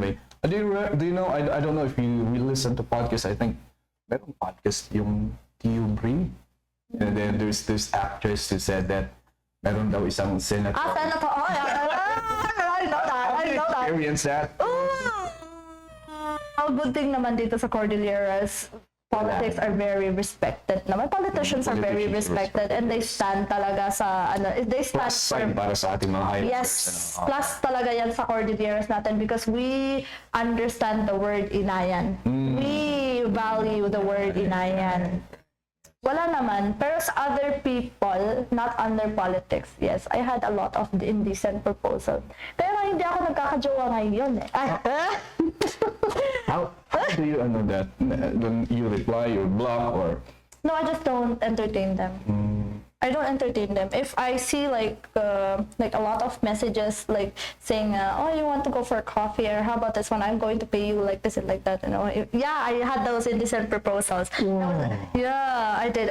And then, pag ini-stalk mo, family picture yung nasa profile. Exactly. Oh my God. Ay, nako. Nakakainis. Paano kaya kung ikaw yung loko-loko, tapos in-screenshot mo, sinend mo sa misis mo? I would love that. Pero then again, I'll just leave it at that. Ayokong makisawsaw sa mga issues na madmadi nga maikalap ti name. So you never replied, yeah. Yeah, I don't reply. Pero if it's on social media, like on TikTok, I address it like agad-agad. People say that I'm lalakero on TikTok, and I always address that. They say that. Lalakero ka, ganun. So bakit napakadaling sabihin ng mga bagay-bagay sa social media, no? Because of yung parang yung confidence na binibigay ng anonymity. Yeah. And because you're behind the keyboard. Yeah. I would dare them to try to say that to your face. Exactly. That's why I said to them na, what if you change your name to your actual name and then your profile to your actual face and then let's talk. Yeah. And then when they say like, I'm like, oh yes, because I'm beautiful, that's why, baka yung term yun ng lalakero is maraming lalaki. Yes, maraming lalaki po ang nagkakagusto sa akin. Wow! Charot. Anyways, those were the negative ones that I really don't like. Because for one, I have Yeah. yes, that's why hindi pwede yun sa akin. I always address them. Like, okay, if you're going to say that, at least back it up with evidence. Because if you're going to say that, yung problema ko kasi doon, I'm triggered by that part because it's social media. I'm a social media personnel. If that's on social media, I have to address it to the point na people will understand. And then, good thing naman meron tayong mga supporters na nagsasabi, oh, talaga ba? Baka kayo lang, you're just insecure because people don't recognize you the way she is being recognized right now. Which is really, that's really thankful. I'm really thankful about that. I'm sorry. The thing I drank before keeps coming out. Copy ko. So you accepted that you're a social media personality and that being in social media, that negative things comes with it, right? Yeah. So hindi naman masyadong mabigat sa'yo na you take it in stride and then bayaan na kita. Yeah. I really don't care. I care less about the negative comments, but because then again, they don't know what I'm dealing with and what I'm actually capable of. And So I far just naman wala namang threats and things. threats. Wala. Sigurado yung mga ano lang, yung mga babaeng ano, yung mga jowa nila andun sa live ko. Yeah po. Please guys. Alam ko naman yung boundaries ko. If I know that the person is, well, I had an experience before na hindi ko pala alam na may jowa siya. And then ako yung inatake. So, yeah, that was before. But then again, I really respect relationships. Wow, big word na naggaling sa akin. But then again, you have to understand that it's true. I was not aware of the situation. But right now, I'm happily single. So wala akong problema ngayon. Ay, charot. Message to our gentlemen listening right now. Marriage actually is for a marriage to work. You gotta work for it. Yeah, For a exactly. marriage to work, you gotta work for it. So if married ka na nga and then naghahanap ka pa ng ino-offeran mo ng ganitong pera for, come on guys. That is the start of destroying your marriage. So, for a marriage to work, nakiasawa ka nga rin, nilak ni bakot mo na lang nan. Asikaswon. Tapos yan. May mga nakakausap din ako off the podcast that people may mga ganito rin, social media personality, and then may naririnig kami mga indecent proposals like that, and it would really shock you. Kung sino-sino ang mga to. Ay. At the same time, it keeps on coming out. At the same time, there are yung tama yung sinabi mo, marami tayong mga Igorot na takot sa inayan. Pero at times, Masashock ka na lang. mga Igorot din naman kasi yung Yeah. mga Igorot din naman kasi nag-offer ng ganon. And just to point this out also, kasi one of the things I hate also in social media na binabasa ko is may nakita tayong CCTV ng ada tinagtakaw kasi number one comment na maririnig mo is ano taga-baba man data. Yeah, please stop doing that. Oh yeah, and yeah, Very racism. It's being racist. Apay datayo nga Igorot nga abot Diyos tayo. Datayo magkamali. Good. Tapos ahan kayo nga agin-agin dita ta pati matlang datayo ket aramidon tayo dahil kita. Right. So isa doon tayo kumadya pa nag-committee kasi kastagamin tahan nga Igorot. Because like I said, yun nga may mga ibang not I don't know with her pero may mga nakausap din ako not in the podcast, istoryaan lang. Somebody offered like this and like that, Igorot din yun. Yung nakakatawa, yun nga sinabi ko kanina, yung profile pic, family picture. Diba? Yeah po. And we are not Igorots are not spared to making mistakes. We make mistakes. Very much. Yeah, stop that. Well, actually, meron din piman dun sa isang podcast ko. I blurted out without even thinking yung taga-baba. I was like, oh my gosh, shoot. I'm sorry. I mean, people from the lowlands. Yeah. It's part of it. We make mistakes. Especially in a podcast like this na wala tayong script. We don't have a script. We sit down and message here. We talk about this and like that and like this. And then we talk. If you're like saying na, oh, Santa Maria matunan dito nga, even for me, I do create mistakes. That's why nga I was, yun nga, last year was really not my thing because of the problems before ako nag-pageant, after ng work ko, I drink and then ganyan yung ginagawa ko. And my personality before was really, it's really not good yung personality ko before. That's part of growing up. But then again, si people not always with the judgment because people change talaga. That's what haan nga maikat data. Hanyong ako ng Santa Maria because I did things before din na hindi nyo din maiisip na ginawa ko. So, all I am saying is, you have to understand people, be in their shoes na lang, empathize with them. If you're compassionate enough, then that would actually means a lot to people you're trying to talk to. Never judge a man until you walk a mile in his shoes. Yeah. And I'm Igorot I did create mistakes. Kaya wag niyong sasabihin na taga-babatay takot kasi kasjay Stop with that. Lagi kong napana yun sa social media. Especially kung may madati-madingan na arami, taga-baba. No, we should not say that. Igorots are not spared to making mistakes. We make mistakes. We are humans too. We make mistakes. Yeah. So, what are the plans that you can share for us? Share to us in the future. Plano mo, aside from running in 2028. No, I don't have any plans. Kasi if you're going to plan, plan for going running kasi you really have to have funds if you're going to. Yeah. But then again, whatever life throws at me or ang mga ating mamanong natin throws at me a project or whatnot, I will still get that. But for now, all I can give you is actually I'm planning to expand din yung sa tourism natin to help other communities, not just from the Cordillera. Well, unahin na muna natin ang Cordillera kasi for now, nasa Benguet pa lang ako and then Mountain Province. Hindi ko pa nakukuha yung iba, yung apat pa. So, I'm really hoping with the help of Kuya Jomar din. Sana. Sa tourism yun pero aside from life, hindi ko alam baka gabruta sa charot, joke lang. Anyways, yan. Yeah. You said you had a podcast. What was the podcast all about?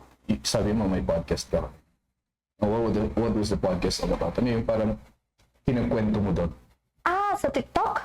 Yeah, it's more on podcast sa TikTok kasi they always ask about things sa akin. I always talk about a lot of things doon sa TikTok. So parang nagiging podcast siya about life, about love life. Most of the time, love life. Yung ginagawa niyo doon is nagla-live kayo, no? Yeah, nagla-live lang kami kasi sa TikTok. Kasi dumadaan sa feed ko sometimes Yeah. Tapos yung nakita ko ni, tiksas na ipagod. Sabsabay na yung make-up mo. Oh, that's me! That's me! Yeah, lalabas dito. Just if I'm scrolling, sorry. Yeah? If I'm scrolling like this, lalabas siya. Yeah, actually, yes. People ask questions and then I will answer them. I see. Okay. Oh, People yeah. ask questions and then I answer them.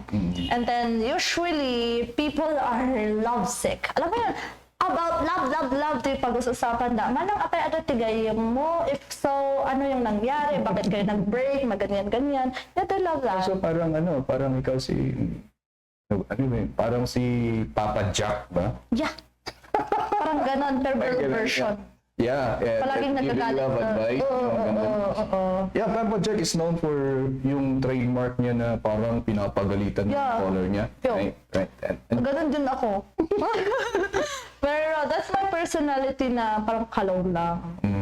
That's part of my personality. I really love to like talk about things. Pero actually, yung mga sinasabi ko sa live is based from my experience. So if it's not like it doesn't go May along with the pinag-uugutan, experience, kumbaga. yeah. If it's not it doesn't align with your experience, then you cannot comment about things that I already experienced. Like, oh, talaga ba? Kasi gamin. Well, that's my experience. That's what I managed to like live my life for. Kasi yun yung nagawa sa akin ni Lord eh. Yun yung binigay ni Lord eh. Kung iba yung naibigay sa'yo, then okay, respect the things that I had. That I had experienced. Ganun. Kaya po. But then again, so, ano yung karamihang mga audience mo doon? Mga teenagers? Igorot. Teenagers. Igorot nga, hanggang na teenagers. I actually have like people din na 30 plus years. 30 and above. More on, ganun mga age. Kasi yung live audience ko kami, it's limited to 18 years old and above. I see. Hindi pwede yung mga bata doon. Hindi pwede yung mga bata. Yes, hindi pwede. More on love. More on love. Manang mabaling nga agarmak. O sige, apay adaan ti balay mo, adaan ti FX mo, mabalinan. Charot. Anyways, Yeah. yun yung mga pinag-uusapan namin. You include in your advice. You marry at the age of ripe age for marriage. 29. 29? Yeah. 30? 29, 30. 29 for women. 30. Actually, 38. But 38 for never women. marry at the age of yung past 30 ka na. Yeah. Why? Tingnan mo agkakarada pa lang yung ubing ko or magmagna pa lang ikat nasakitan tisikot ko. Baka ko nanda to na magmagnakalita. Apay apong day ta. Yun nga yung kinakatakutan ko eh. And at the same time, sabi ko, kinakantsawa ni bakit kamot lang. 60 na tayo, nag-retire na tayo, college pa yung anak natin. Imbis nga din pension mo at umaysin panragsakan mo, travel yan, umayat sin college tuition. So, and at the same time, the energy, it's my energy ka pa yung talang, or karalap niya, alawin mo dyan. Wala papayawon. Di ka mabalin, siya kanikan ako yung sa amin din, when we started is that yung hinanap namin yung parang yung mature, are we mature enough to take care of our relationship, the two of us and them? Plus another member of the family will be joining. I think we just found that we just decided that we are mature enough when we were already in 34, 33, So, Okay. too late, but it's okay. It's okay. Ang sabi naman ng misis ko is, that's God's perfect time. Yes. So, yun. Then, ideally, para sa akin is mas maganda mas maaga-aga. Tapno yung energy nga raw, nasisikot ka nga agaw-awir. Actually, Yes.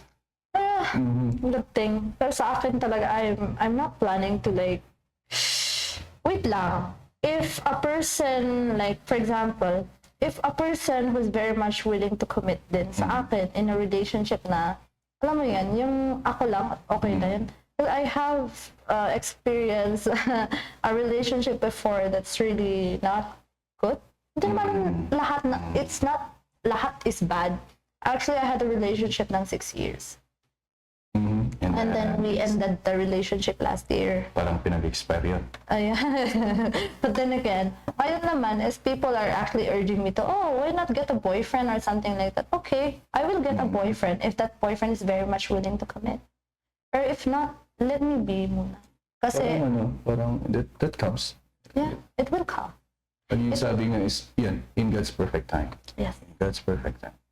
No, maybe if a person is present with me right now, then okay, let it be a lesson. If mag-work out or not, then I will take it as a lesson to not do it again. Yeah. Any other message you want to share? Message ko lang iti tattaong of course I would love to ibagakmat lang kan mama kan mamanong ko nga agananad kayo. I'm doing great right now. And I hope agawit kayo dito kat saya at panggundaway ti maitid kanyayo. Tattao dita of course sa Manong Kurt, Manang Joyal, Kuya Jomar, and tita tao nga suporta kanya ta pan mayat ko nga gundaway amin take care kun na kayo amin awan to'y maibagak amin nga kakanyayo ta syempre amo yun day kita always ko nga ibagabaga kanyayo nga agan kayo amin kita nyo da kita help you dagito ita tao mat lang ti social media kita nyo matanan ata medyo i-tone down tayo basit ti ikasta tayo nga comment not everyone will take your comments nga ang angaw lang. Ada ti tao nga matangran no comment kayo ti negative kat let's be aware nga ti tao ti generation tatakot na lakad nga masaktan. Iwasan tayo day tatahan tayo nga mainayon iti makunata nga cyber bullying. Yes. Ayan. Tapos may sapay maraming salamat sir aya ta dapat dito ta ma-share tayo ti kaya tayo nga maibaga iti tattao kat asop kumaya dagiti agdengdeng ken ni Manong kat tultuloy wala ta nga supportaran ni Manong tanilagmayat diti nga podcast na an nagado ti maadal tayo iti dadu na duma mga tattao nga agi-guest ken suna. Katitatan, lastly, thank you din Kyle for the mental support and everything. Thank you. So, ladies and gentlemen, that is Miss Beautiful Philippines Tourism 2025. I'll be seeing you all on the next one.